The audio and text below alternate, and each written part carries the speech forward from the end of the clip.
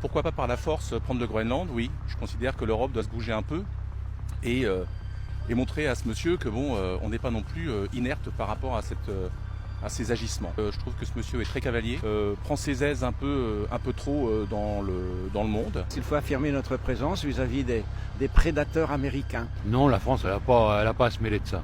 Parce qu'elle n'a pas à se mêler de ça, ça peut nous attirer des ennuis. Je trouve que le président Macron, il fait n'importe quoi. Il ferait mieux de s'occuper de ce qui se passe en France. Macron a dit qu'il faut être craint. Bon, évidemment, par rapport aux États-Unis, à la Russie, à la Chine, on est petit. Donc, même si on est petit, il faut réagir. Je pense qu'envenimer les choses à l'heure actuelle, c'est pas la bonne réponse, c'est pas la bonne solution. Ça n'empêche pas qu'il est interdit d'aller chez les autres. Mais monsieur Macron, vous allez arrêter votre délire. Dès qu'il y a un plan guerre, on vous voit foncer Groenland contre les États-Unis. Bah oui, ça suffisait pas avec monsieur Poutine. Maintenant, vous voulez vous mettre en conflit avec les États-Unis. Mais franchement, pourquoi les autres pays au monde, ils réagissent pas comme vous ? Regardez, il n'y a que la France. Alors bien sûr, l'Allemagne, vu qu'on est les petits toutous de l'Allemagne qui, eux, contrôlent l'Union européenne, vous allez vouloir rentrer en conflit avec les États-Unis. Vous savez qu'il n'y aura jamais de conflit parce que les États-Unis sont trop puissants et qui contrôlent même quelque part l'OTAN et vous le savez très très bien. Qu'est-ce que vous allez faire? Occupez-vous un petit peu des problèmes des Français, bordel de M. On en a marre un petit peu de votre attitude guerrière, toujours de vouloir montrer les gros bras alors que le pays est en pleine ruine. Regardez l'état du pays au lieu de vouloir faire le grand du monde. On en a marre d'un président qui n'arrête pas de chercher la guerre partout où est-ce qu'il peut. Il nous a mis une économie de guerre et lui part dans un état d'esprit mortifère. Mais vous, qu'est-ce que vous allez faire là-dessus, monsieur Macron ? On en a marre un petit peu de votre attitude. Pourquoi vous vous concentrez pas pour essayer d'apporter du bien-être aux Français? Pourquoi vous entendez pas la douleur de votre peuple, la souffrance des gens qui n'arrivent même plus à s'en sortir? Il faut le répéter 1000 fois avec leur salaire alors qu'ils travaillent. Vous êtes fatigant, épuisant. C'est pour ça que la France est dans un tel état. Parce qu'un président apporte quelque part le moral au pays. Vous apportez. Moi, je ne suis pas de ceux qui pensent que Donald Trump est entouré d'une bande d'écervelés qui ne savent pas ce qu'ils font. Non. Donald Trump, et ceux qui l'entourent, qui sont du reste les héritiers de la Heritage Foundation, savent très bien ce qu'ils font. Et je crois qu'il est important, peut-être pour nous, de nous arrêter un instant sur cette stratégie. Et au fond, qu'est-ce que veulent les États-Unis? Où vont-ils? Comment se préparent-ils? À quel monde? Eh bien, le monde, me semble-t-il, auquel il se prépare, c'est un monde dans lequel il va y avoir une confrontation massive, un choc frontal entre les États-Unis et la Chine. Et je crois qu'il faut avoir en permanence ça en tête, cette grille de lecture. Je vous invite du reste à revisiter tous les événements depuis son avènement en janvier 2025 et lire ça. Il se prépare, il prépare son opinion, il n'a pas été le premier. Ses prédécesseurs, notamment Obama, l'a fait. Mais il se prépare maintenant très fortement à rentrer dans cette économie de guerre et en ce qui concerne le pétrole, ça rentre effectivement dans sa logique. Regardez ce qu'il a fait. Il a mis la main sur le pétrole du Venezuela. On sait que le pétrole du Venezuela, notamment, il allait où? Il allait en Chine. Il va mettre tôt ou tard, je suis de ceux qui pensent que tôt ou tard, et j'espère plus tôt que tard, le régime va enfin tomber. Mais si le régime tombe, évidemment, les États-Unis, on ne peut pas imaginer qu'ils ne seront pas impliqués dans le changement de régime et donc la main, là encore, sur un deuxième pays qui a les plus grandes ressources avec le Venezuela, parmi les plus grandes ressources de pétrole, et qui fournit le pétrole à qui? Là encore, à la Chine. Et on voit bien que, au fond, Donald Trump est en train de se préparer à, quelque part, assécher la fourniture de pétrole. La Russie, il a mis des sanctions. Le Venezuela, il a mis la main dessus. L'Iran, ça risque de bientôt tomber. Et on voit qu'il y a une espèce de troc qui est en train de se préparer.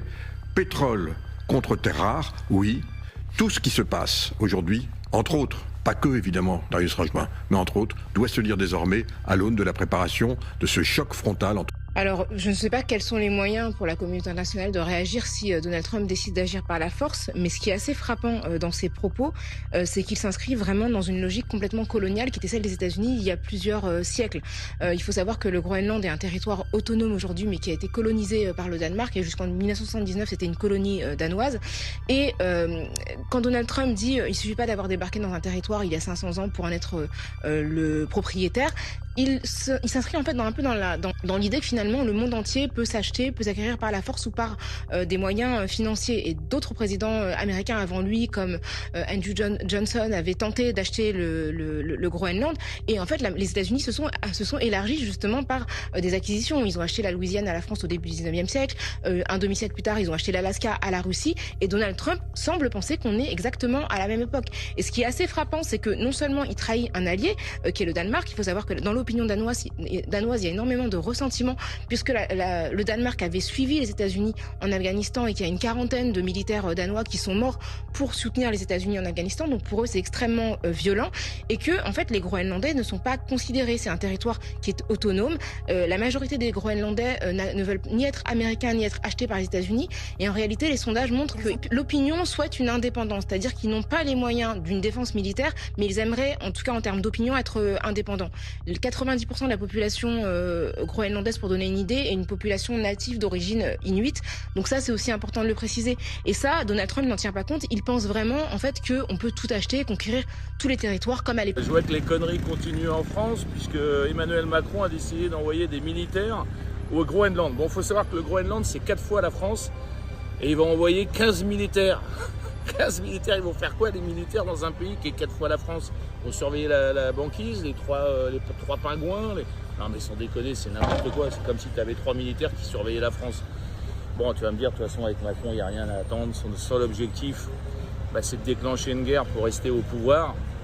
Mais en fait, les vrais responsables, c'est nous. Hein. Bah oui, on l'a élu, Macron. Enfin, moi, j'ai pas voté pour lui, mais bon, les Français ont élu Macron. Donc, c'est eux les responsables. Et les mecs qui ont voté Macron en 2017 et 2022, les 2 fois, on devrait les interdire de vote. Parce que tu votes Macron en 2017, bon, à la limite, bon, tu fais une connerie, fais de surprise, ok. Mais tu revotes Macron en 2022, là, non, c'est plus une connerie, là, c'est du suicide. Donc, ces gens-là, on devrait les interdire de vote pendant 10 ans. Voilà ce que je propose. Parce qu'on sait qu'en 2027, de nouveau, ils voteront mal. C'est ça le problème. Nous pouvons agir. Nous avons des leviers. Quand Donald Trump menace d'annexer le Groenland, eh bien, nous, ce que nous devons faire en tant que dirigeants européens, ce ne sont pas des communiqués de presse. Ce que nous devons faire, c'est nous réunir pour mettre en place un plan d'action pour répondre à une agression américaine. Ça veut dire, comme vous le proposez par exemple, une base militaire au Groenland pour dissuader Donald Trump d'annexer ce territoire? Nous sommes la première puissance commerciale du monde. Nous sommes absolument pas sans levier face à l'économie américaine. Si Donald Trump annexe le Groenland, il faut qu'il sache que nous mettrons en place l'instrument anti-coercition de l'Union européenne, ce qui nous permet d'exclure les entreprises américaines des marchés publics européens, ce qui nous permet de bloquer les exportations stratégiques dans les secteurs stratégiques pour les États-Unis venus de l'Union européenne. Par exemple, il veut réindustrialiser les États-Unis au moment où on se parle. C'est son grand plan. Eh bien, nous avons, avec ASML, une entreprise néerlandaise qui fait le monopole sur les machines qui fabriquent les microprocesseurs qui sont si importants pour Donald Trump. Si nous bloquons ces exportations, il ne peut plus réindustrialiser les États-Unis. Raphaël Glucksmann, avec toutes les mesures de rétorsion qui seraient décidées dans la foulée si d'aventure ces mesures étaient prises. Bien sûr, mais tétanise les Européens. Eh bien, c'est cette tétanie à laquelle il faut mettre fin, parce que sinon on va se faire marcher dessus et traiter comme des serpillères. À un moment, vous savez, il faut prendre les risques d'affirmer notre souveraineté et notre indépendance vis-à-vis des États-Unis de Donald Trump. Sinon, il annexera le Groenland. Sinon, Donald Trump, via les grandes plateformes, influencera nos élections, favorisera la prise de pouvoir par l'extrême droite dans l'ensemble de nos capitales et nous nous ferons marcher dessus. Vous savez, les États-Unis ont énormément à perdre dans une confrontation avec l'Union européenne. Nous sommes dans une relation d'interdépendance. Mais le seul problème, c'est que eux sont convaincus que quoi qu'il arrive, nous ne ferons rien de plus que des communiqués appelant au respect du droit international. Et ce qu'il faut maintenant, c'est prouver que les mots européens sont aussi lestés et aussi lourds que ceux des empires qui nous font face. Non, Emmanuel, c'est pas parce que tu nous aimes pas que tu dois nous faire des problèmes avec la terre entière. Vraiment, là c'est les États-Unis. Mais t'es un fou.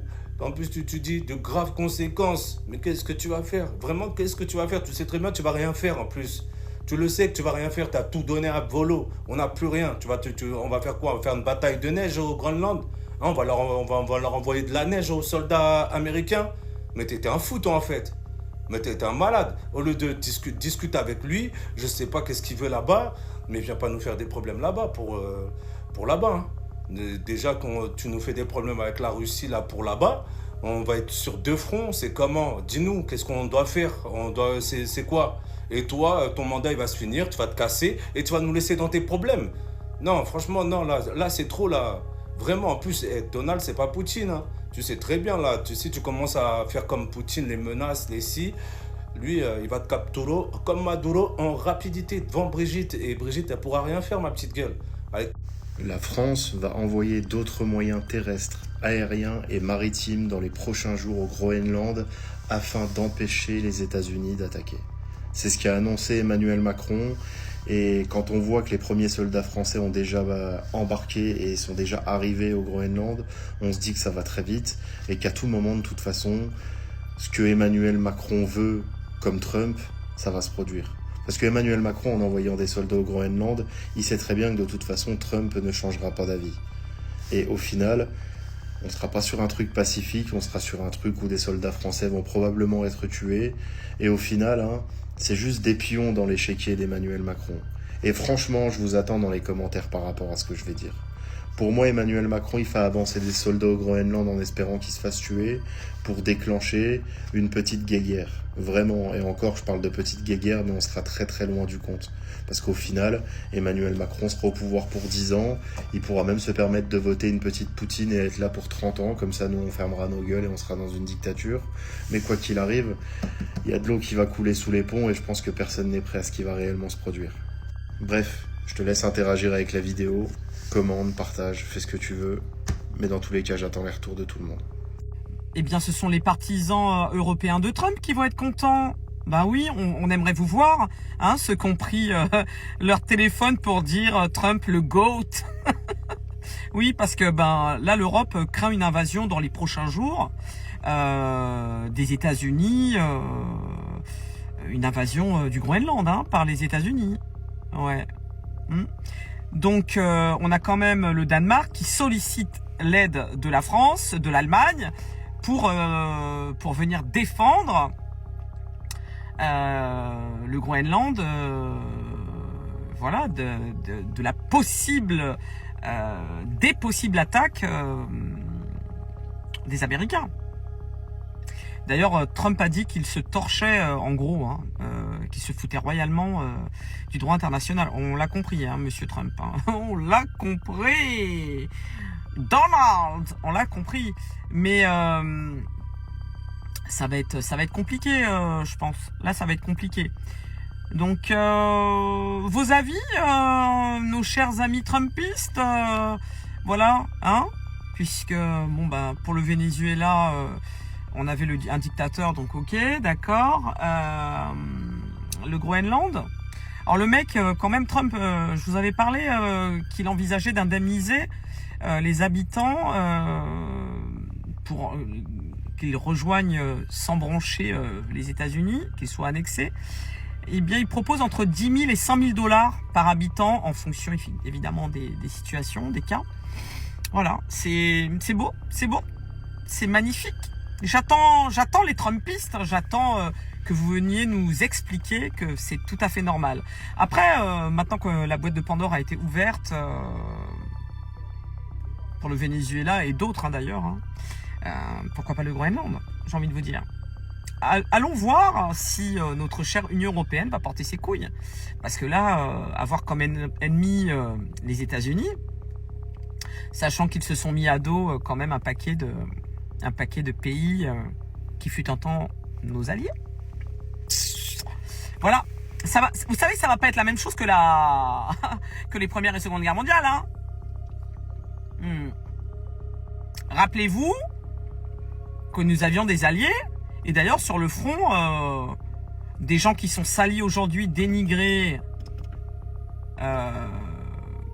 pour ne parler que d'eux, si je prends par exemple les tirailleurs sénégalais, j'aimerais savoir qui est-ce qui va être en première ligne de mire sur le front s'il y a une problématique quelconque. Les Ukrainiens peut-être. Bah oui, sûrement les Ukrainiens. On les a pas vus lors des précédentes guerres, mais peut-être que là, comme on a donné quand même pas mal d'oseille, ils vont peut-être se bouger le huc pour venir aider. Affaire à suivre. Je fais des bêtises, prenez soin de nous, prenez soin des autres.